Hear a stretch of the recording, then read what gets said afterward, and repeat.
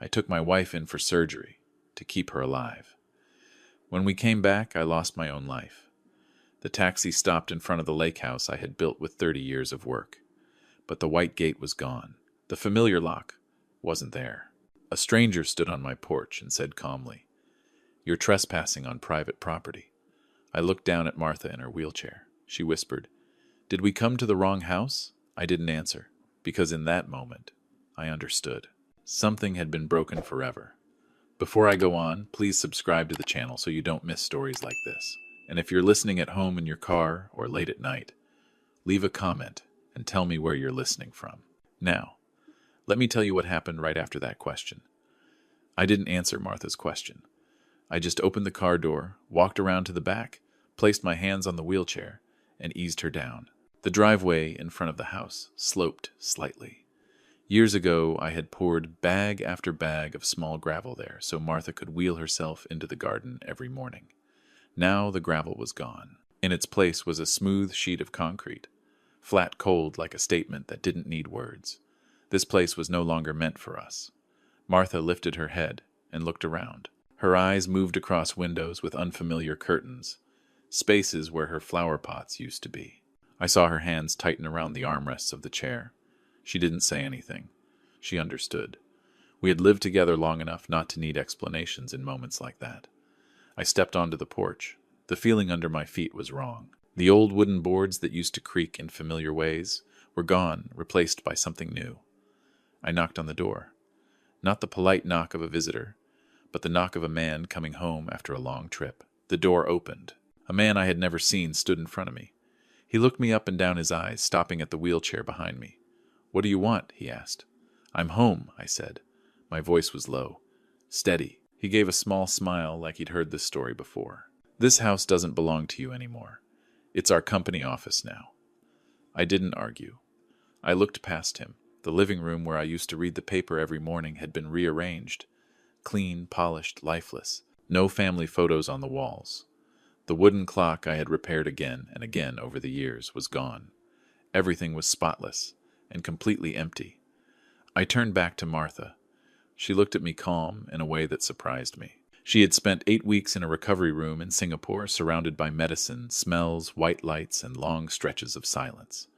Compared to that, this was just another kind of quiet. I took out my phone and called Tyler. The ringing went on. He picked up on the third ring. "Dad, you're back," he said, no surprise in his voice. "Where are you?" I asked. "I'm on my way. Just wait there." 20 minutes later, Tyler arrived. He stepped out of a car I knew was worth far more than anything he had ever owned. His shirt was crisp, his face tense, but not confused. He glanced briefly at his mother, then turned to me. "I didn't have a choice," he said, like he'd practiced the line many times. He handed me a stack of papers. I took them. Numbers, stamps, familiar words that suddenly felt distant. He spoke quickly.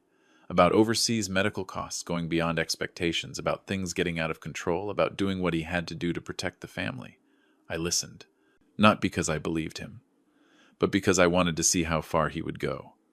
"I sold the house," he said, at last meeting my eyes, "to take care of Mom." I looked at Martha. She lowered her head. I knew what she was doing, trying to recall every bill, every insurance confirmation email we had reviewed together in Singapore. We knew the numbers. We knew exactly where we stood. We were never on the edge, the way Tyler was describing. The stranger leaned against the door, growing impatient. "If you don't leave, I'll call security," he said. Tyler nodded, almost in agreement. "Mom and Dad should go. We'll talk about this later." Later, such a light word. But I understood. For Tyler, later meant everything was already closed. I turned the wheelchair around and pushed Martha away. When the wheels reached the edge of the road, she gently took my hand. "Sam," she whispered. "I'm sorry." I shook my head. "This isn't your fault." We left without looking back. In the taxi's rearview mirror, the lake house grew smaller, like a memory being pulled out of me. I didn't feel angry. Not yet. I felt a familiar coldness instead. The same feeling I used to have before every major investigation, when the surface has been wiped clean, and the truth is just beginning to show. That night, in a temporary room near the hospital, I sat by the window and looked down at an unfamiliar street. Martha was asleep, her breathing slow and even. I opened the folder Tyler had given me and laid each page out on the table. Some details didn't match. Some gaps were far too quiet. And in that moment, I understood something clearly. The trip to Singapore wasn't over. It had only opened the door to another journey. This time, I wasn't going to save anyone. This time, I was going to uncover what had been hidden inside my own family. The next morning, I let Martha sleep in. Her body needed longer stretches of quiet now. I put on my jacket, took the folder of documents, and walked to the bank we had been with for more than 20 years. Along the way, I thought about the moment at the Singapore airport when I rushed through a stack of papers so I could get Martha onto the connecting flight. All I cared about was keeping her from hurting anymore. I never stopped to think about what those rushed signatures might cost us. Inside the bank, everything looked the same, neat, orderly. The teller who knew me glanced up. Her smile faded when she saw my face. I handed over my card and said my name. She typed longer than usual, then looked up. "There's no available balance in your account," she said carefully. I asked for a statement. The numbers appeared clean and orderly, almost too perfect, like they had been carefully wiped down. The transfers were made while we were in Singapore, all with valid electronic signatures. Authorized party Tyler Miller. I asked about the legal basis. She handed me a copy of the authorization form. My handwriting was there, familiar. But the scope was different. An emergency medical authorization had been expanded into full financial control. No warning, no confirmation call, just a silent sequence of approvals. When I left the bank, I sat down on the cold stone steps and let the chill seep through my coat. I didn't feel angry. I felt empty. It was the same feeling I'd had before, standing in front of files that looked flawless on the surface while something invisible inside was clearly broken. Around noon, I stopped by the county property records office. I didn't say much. I asked for the transaction history of the lake house. The clerk handed me a thin folder, neatly organized. The buyer was a company with a generic name registered in Delaware. The seller was me. My signature appeared again. Same stroke, same slant, but at the wrong time. I requested a copy of the contract.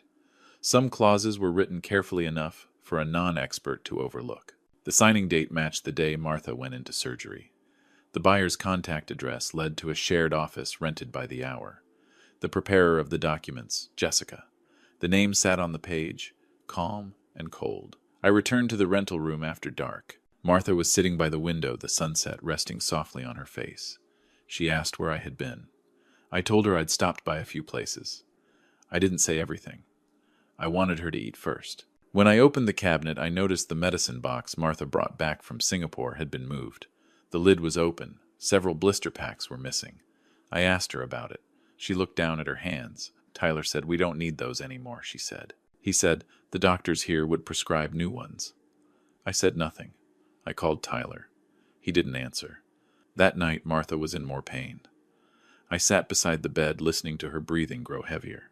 I remembered the look in the doctor's eyes in Singapore when he told me to follow the treatment plan exactly. I thought about the missing medication, thrown away like something outdated, a decision made for us without asking. The next morning I went back to the lake house. I didn't go inside. I stood across the street, watching strangers move in and out, managing a place that now held no memories for them. I called an old friend from the field and asked him to look into the company that bought the house. The answer came faster than I expected. It was a shell company. No real operations used to collect and rotate assets. That afternoon, I met Jessica at a cafe downtown. She arrived on time, well-dressed, a polite, measured smile. She talked about family, about pressure, about hard decisions. I let her talk. I asked a few light questions. About process. About paperwork. Her answers flowed smoothly. When I asked about the signing date, she paused. Just for a moment. But for me, that was enough. That evening, when I returned to the room, Martha was sitting on the bed, holding a small box. Inside was my old wooden clock. She had found it in a box left behind in the storage shed. One Tyler hadn't cleared out yet. "I didn't want it thrown away," she said. I held the clock, feeling the familiar scratch along its edge. And that was when I understood, clearly. This was no longer about money. Someone had decided they had the right to choose what stayed and what was erased from our lives. Night fell. I sat at the table, arranging documents and timelines one by one. Things began to connect without hurry. The silences between transactions, the signatures appearing when we couldn't respond. A structure built carefully enough to look legal from the outside, and cold enough to leave no room for family. I looked over at Martha. She was asleep now, her face a little more peaceful. I knew I couldn't go back to being a father who waited for explanations. Some doors had been closed, and when that happens, the only thing left is to open the truth layer by layer until there's nothing left to hide. I didn't sleep much that night, not because of anger, but because my mind had slipped back into its old rhythm. When scattered pieces start to fit, emotion becomes a liability. I needed order, I needed time, and I needed evidence placed exactly where it belonged. Early that morning, I went back to the storage room behind the lake house. Tyler had overlooked it, thinking it held no value. The space was low, damp, familiar, a weak ceiling light. Inside, I found boxes from my years as an inspector. Old notebooks, backup drives, a camera with a chipped casing. Nothing new, but enough to begin. I didn't break in. I didn't confront anyone. I observed. From across the road, I watched the routine of the office inside my former home. People came and went, but no one stayed long. They arrived, signed a few things, and left. Different cars, different faces, the same pattern. I logged times, license plates, order of appearance. An old method, slow, unnoticeable. At midday, I met my friend from finance again. He helped me trace transfers from our accounts into intermediary ones, then back to a small circle of investors. The money was broken up, spread thin, kept clean. Too clean. Clean systems leave trails. I marked the days Tyler met his partners against the dates of large withdrawals. The overlap repeated itself. No long explanation needed. That afternoon, a copy of a life insurance contract landed in an old family email address. The policyholder was Tyler. The beneficiary, Jessica. The signing date fell in the week before our trip to Singapore. I read every clause carefully. Nothing crossed a legal line. But the structure did. Everything was arranged for a worst-case outcome, not for protection, but for profit, if something went wrong. I closed the laptop and took a long breath. I didn't need to name it. I only needed to know what I was standing in front of. That evening, Tyler called me. His voice was lower than before. He said he wanted to clear things up. I agreed. I chose a public place, bright, open. I didn't record the conversation. I listened. He talked about pressure, about money that had to keep moving, about people waiting for answers. I asked a few simple questions. Dates? Amounts? He answered quickly, but avoided certain points. I didn't push. I let him finish. Afterward, I wrote everything down while it was still fresh. Not his words, but the silences between them. Those can't be edited.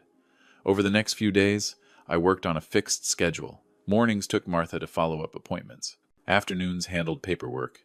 Evenings built timelines. Martha was weaker but clear-minded. She didn't ask what I was doing. She only placed her hand over mine whenever I stood up, reminding me to slow down. I did. One rainy afternoon, an email arrived. An invitation to an investor gathering at the lake house. From Tyler. The wording was polite, professional. I read it twice. Once to understand, once to be sure. They wanted to display stability, to show everything had settled into place. And that is when things are most exposed. I didn't reply right away. I sent my materials to a lawyer who specializes in financial fraud, someone I had worked with before. He read them, asked a few short questions, then said, "If you step in at the right moment, the truth will speak for itself." The night before the meeting, I opened the wooden clock. Inside, the gears moved steadily, despite the scars on the outside. I set it on the table next to the stack of numbered documents. I wasn't looking for revenge. I was looking for order, the order that had been quietly taken from my family. The next morning, I put on my old coat, not to impress anyone, but to remind myself how the work is done. I didn't go alone. I went with people who understand records, law, and timing. No confrontation, no raised voices, just documents placed on the table when the moment arrived. As we approached the lake house, I looked at Martha through the car window. She gave a small nod. I understood. Some chapters have to be opened in public, so they can be closed the right way. And I knew that once the doors to that meeting opened, everything built in silence would begin to collapse on its own. No force, no arguments, just the truth, placed where it belongs in the light. That evening, the lake house was lit up more brightly than I had seen in years. Light poured from the tall windows, reflecting off the still water, creating a false sense of calm. I arrived before the scheduled time and stood across the street watching cars pull in one by one. Well-dressed faces stepped inside, carrying trust and expectation. I had seen this scene before. Gatherings like this are where people are most willing to believe. I didn't rush. I waited until the laughter inside settled, until glasses were raised and promises had begun. Then I crossed the street. The door opened. Tyler stood in the middle of the living room talking about long-term vision and rare opportunity. He stopped when he saw me, just a brief second, but enough for me to catch the shift in his eyes. Jessica stood beside him, her smile unchanged, as if everything were still on schedule. I didn't speak. I walked in slowly, letting every head turn on its own. Some recognized me. Some didn't. I didn't need them to know who I was. I only needed them to listen. I set my briefcase on the large table at the center of the room. The dull sound echoed, and the room went quiet. Tyler forced a smile. He said I'd come at the wrong time. I nodded. Yes, I said, but it's the right moment. I opened the case. Not everything. Just the first few sets of documents. I spoke about the trip to Singapore, about the time we were away, about signatures that appeared when we couldn't be present. I didn't use heavy words. I read timelines, dates, times, figures, everything in order. Jessica stepped in, saying all transactions were legal. I agreed with her. Legal on paper, I said, but paper doesn't tell the whole story. I placed the medical insurance confirmation from Singapore on the table, showing the treatment had been fully covered. I set it beside the house sale contract. 2 stacks of paper, side by side, no explanation needed. Silence spread quickly. A few people began to look at one another. Tyler moved closer, lowering his voice, saying I was ruining everything. I looked at him. For the first time that evening, I met my son's eyes. No, I said. Everything was already ruined before I walked into this room. The back door opened. The people who came with me stepped inside and showed their credentials. No raised voices. No one touched anyone. Just a presence clear enough for the room to understand this was no longer a business pitch. The investors started asking questions. Ordinary questions. But the answers no longer came smoothly. Tyler looked at Jessica. Jessica looked down at her folder. The early confidence fractured into gaps. I laid out the transaction map, arrows moving from one account to another, then looping back to the same point. I didn't name it. I let others do that themselves. When truth is shown that way, it doesn't need commentary. Someone stood up, set their glass down, and asked to leave. Others stayed, wanting to understand what they had stepped into. I remained still. My voice stayed even. I didn't feel victory. I felt a familiar weight lifting from my chest. At the end of the evening, Tyler tried once more. He asked if I could stop. I shook my head. It's not my decision, I said.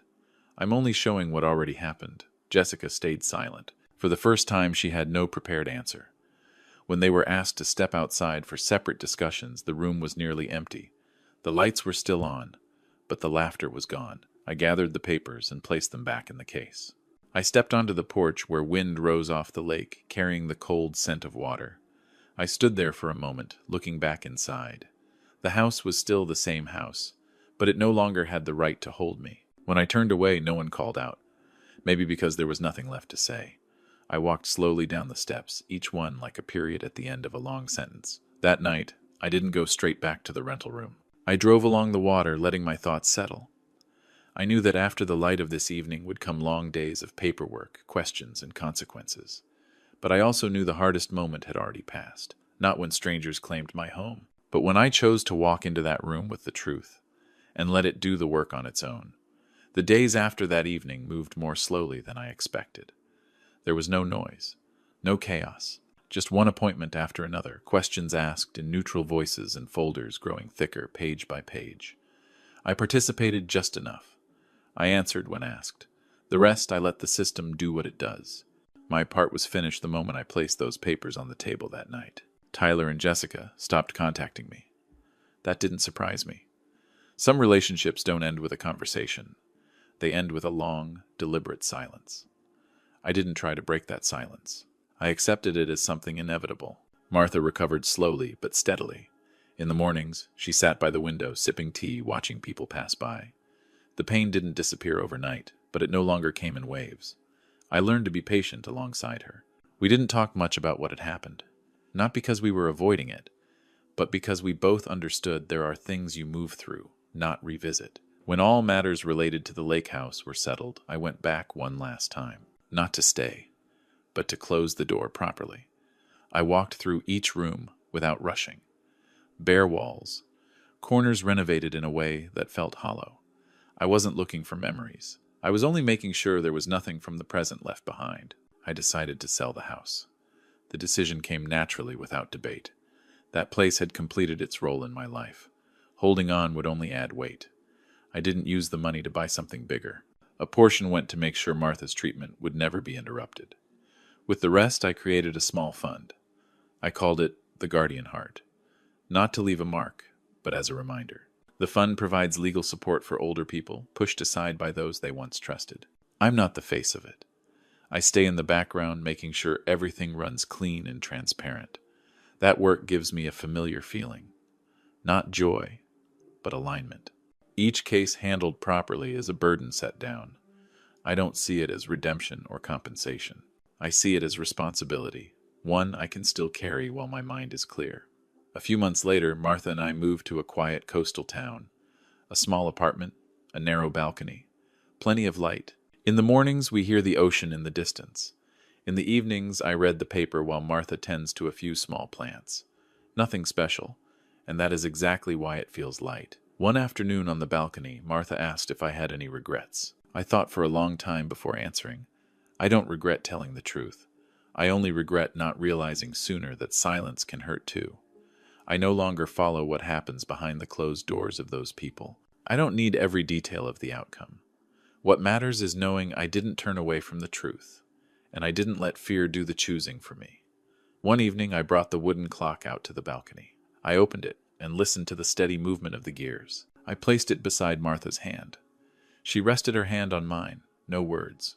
We looked out at the sea, where the horizon has no clear edge. I thought about Singapore, about the white room where the doctor told me there was still a chance. Back then, I trusted science to save a life. Now, I trust clarity to save what remains of my own. Family is not something we choose, but how we live with what happens. That is, I didn't bring bitterness with me to this place. I brought a simple lesson. Don't excuse what's wrong in the name of love. Justice isn't about punishing someone. It's about freeing those who still want to move forward without lowering their heads. As the sun set, Martha leaned against my shoulder. I held her hand, feeling the warmth still there. Everything behind us was closed. Not perfectly, not neatly, but quiet enough for us to begin another chapter, smaller, slower, and more honest. If you've stayed with me this far, thank you for listening with patience and respect. If this story made you think or reminded you of something real in your own life, please subscribe to the channel, and share this video with someone you care about. Each share might help someone realize they are not alone. This story isn't about money. It's about the line between family and integrity. Blood is what we're born with. Kindness and honesty are choices we make every day. Don't stay silent in the face of what's wrong just because you're afraid of losing a relationship. Sometimes telling the truth isn't about hurting someone else. It's about saving yourself. Thank you for staying until the very last moment. I'll see you again in the next story.